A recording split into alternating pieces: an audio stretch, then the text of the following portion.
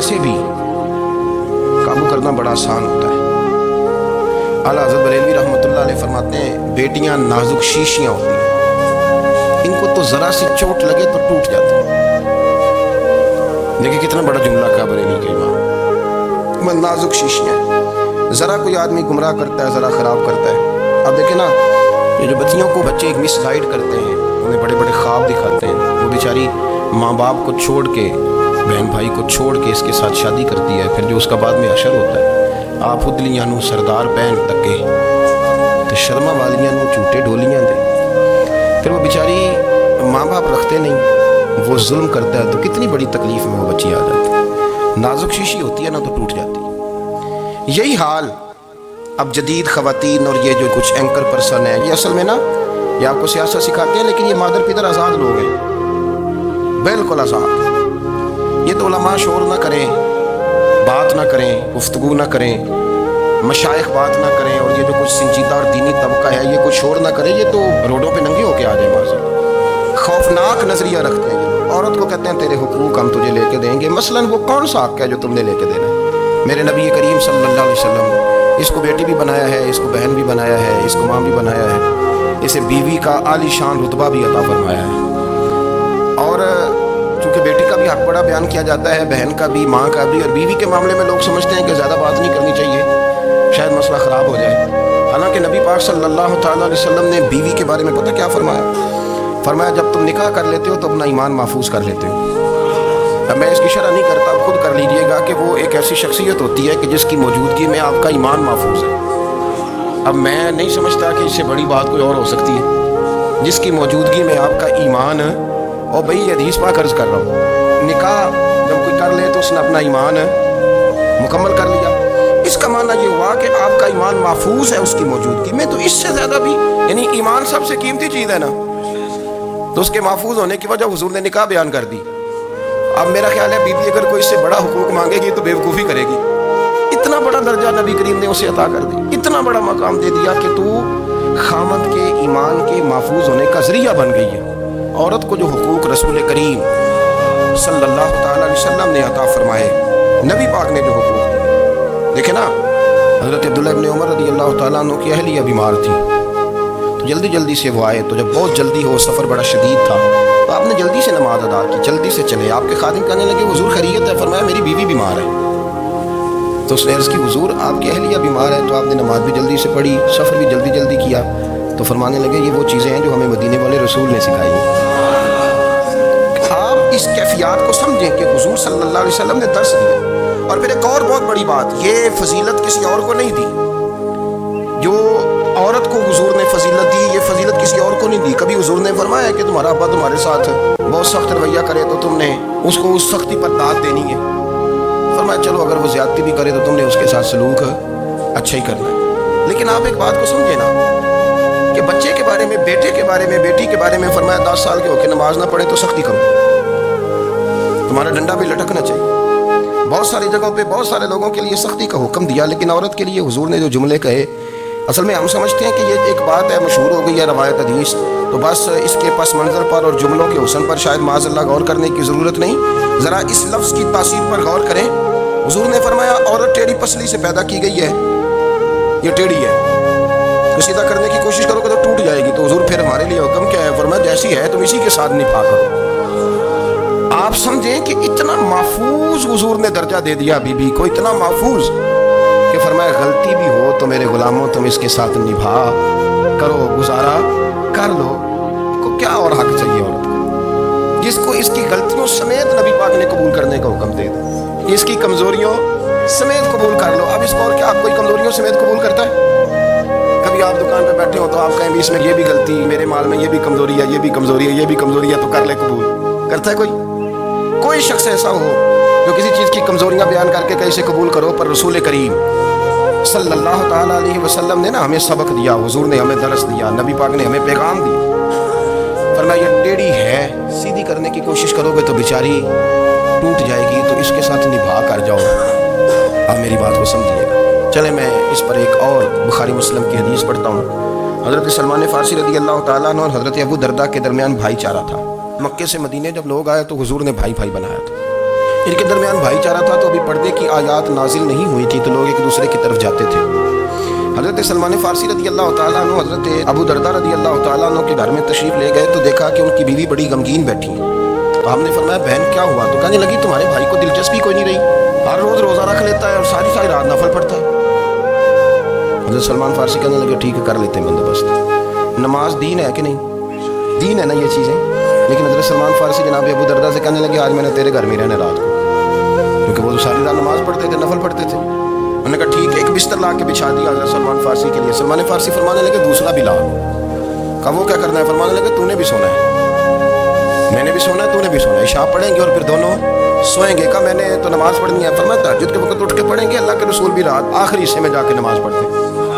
ادھر ساتھ سنا لیا، وہ تھوڑی کو دیر سوئے، اب عادت تھی ساری رات اٹھنے کی، ذرا اٹھنے لگے بستر سے تو حضرت سلمان فارسی فرمایا چپ کر کے سو جا، وہ بڑی رات پڑی ہوئی ہے، چپ کر کے سو جا۔ وہ لیٹ گئے، پھر اٹھنے لگے تو فرمایا سو جا چپ کر کے، بڑا ٹائم ہے۔ سحری کے وقت اٹھے، نفل پڑھے۔ ان کا ارادہ تھا روزہ رکھنے کا، تو فرمانے لگے کل رکھا تھا نا نفلی روزہ؟ جی رکھا تھا، پرسوں بھی رکھا تھا، ترسوں بھی رکھا تھا۔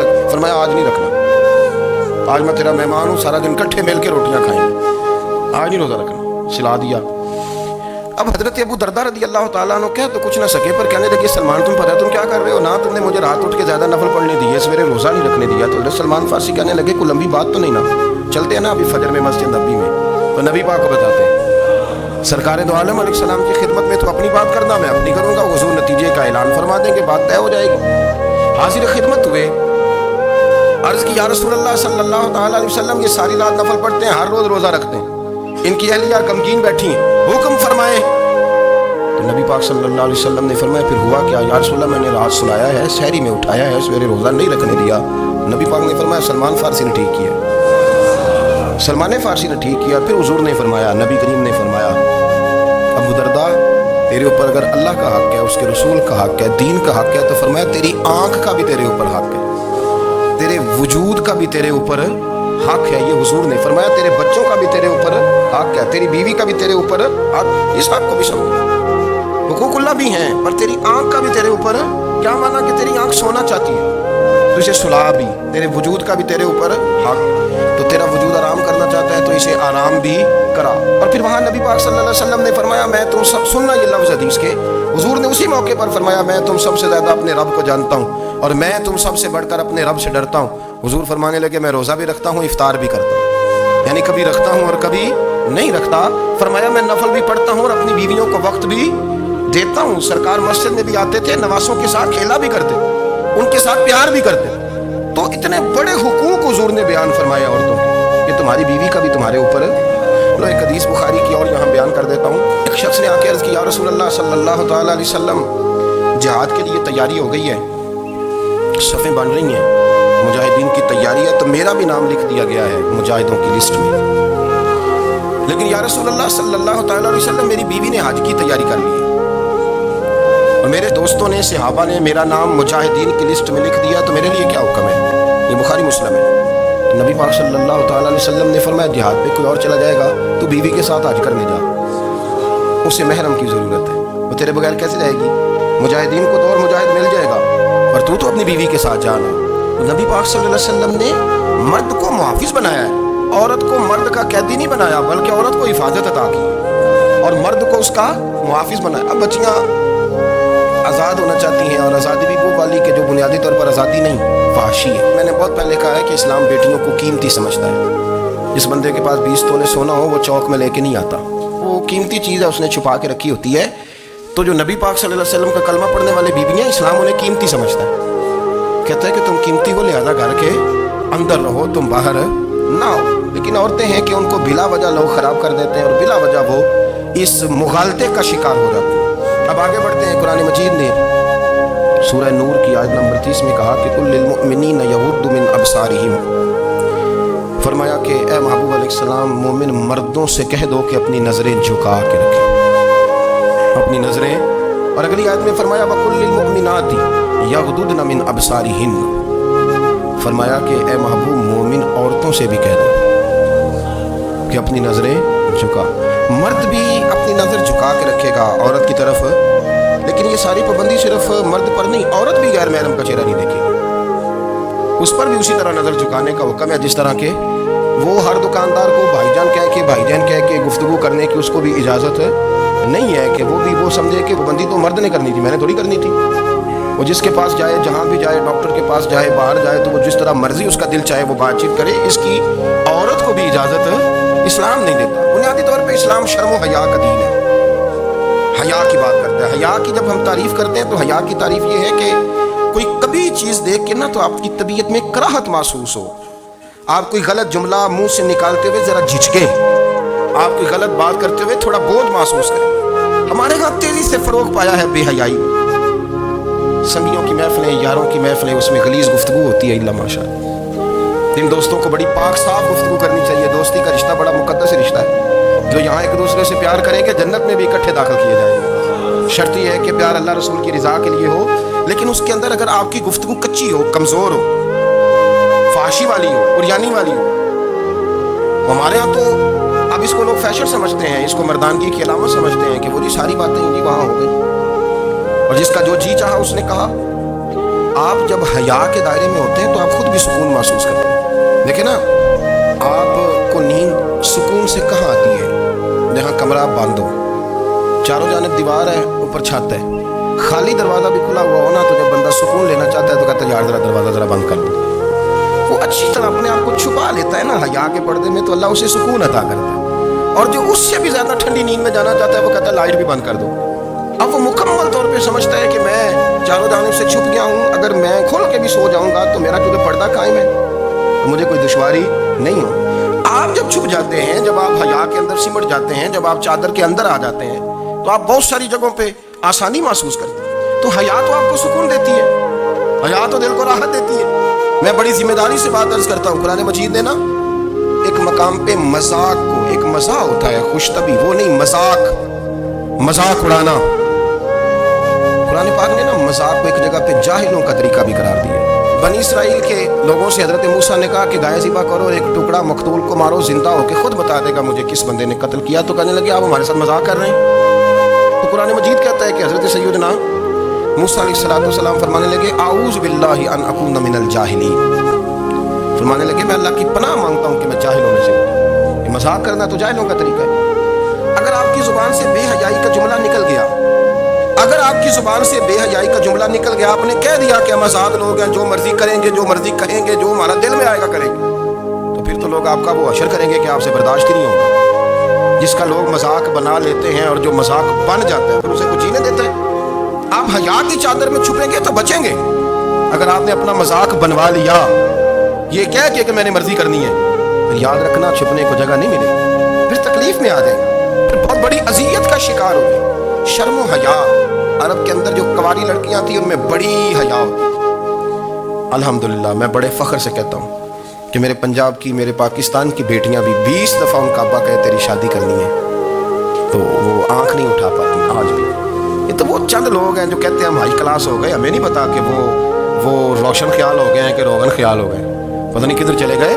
ورنہ ہماری بیٹیاں آج بھی جب ان سے ان کا باپ، ان کی ماں بات کرتی ہے تیری شادی کی، تو وہ تو شرم کے ساتھ پچھلے سے پچھلے کمرے میں چھپتی ہیں۔ یہ اللہ نے فضل کیا ہوا ہے اس ملت پر۔ تو عرب کی لڑکی بڑی حیا والی ہوتی تھی، اس سے کوئی بات کرنی پڑتی تھی تو 20 دفعہ بات کی جاتی، پھر بھی وہ عورت چھپتی پھرتی تھی۔ حضرت عائشہ صدیقہ رضی اللہ تعالیٰ عنہ فرمانے لگی میرے نبی پاک صلی اللہ علیہ وسلم عرب کی کنواری لڑکیوں سے بھی زیادہ حیا کرنے والے۔ قاضی اعجاز مالکی نے، شیخ عبدالحق محدث دہلوی نے، دیگر بزرگ جو سیرت نگار گزرے انہوں نے لکھا ہے کہ نبی پاک صلی اللہ علیہ وسلم کے اندر 100 مردوں سے زیادہ طاقت تھی، 100 مردوں سے زیادہ طاقت۔ اب جو بات کہنے لگا ہوں، جو نتیجہ دینے لگا ہوں، اس پر خاص توجہ آپ فرمائیں گے۔ ذرا فکری طور پر، نظریاتی طور پر ایک چیز کو سمجھیے۔ ہم سمجھتے ہیں کہ جوان لڑکا ہے جی جو مرضی کرے، عمر ہے جی، آپ ذرا بات پر غور کیجئے گا کہ حضور صلی اللہ علیہ وسلم میں طاقت 100 مردوں سے زیادہ ہے اور حیا کنواری لڑکیوں سے بھی زیادہ ہے۔ ذرا اس بات کا تقابلی جائزہ کیجئے گا کہ طاقت 100 مرد سے زیادہ ہے لیکن حیا کنواری لڑکی سے بھی زیادہ ہے۔ اس کا معنی یہ ہوا کہ جس ٹہنی کو پھل زیادہ لگ جاتے ہیں وہ جھکا کرتی۔ تو حیا تو حسن ہے، حیا تو آپ کو پاک صاف کرے گا، حیا تو آپ کو نرالا کرے گا، انوکھا کرے گا۔ وہ ہمارے ایک دانشور ہیں، انہوں نے مضمون لکھا، کئی باتیں بڑی پسند آتی ہیں۔ وہ کہتے ہیں کہ میری اہلیہ، ان کو بھی کسی نے نا مس گائیڈ کر دیا تھا، حالانکہ اچھی خاتون ہے،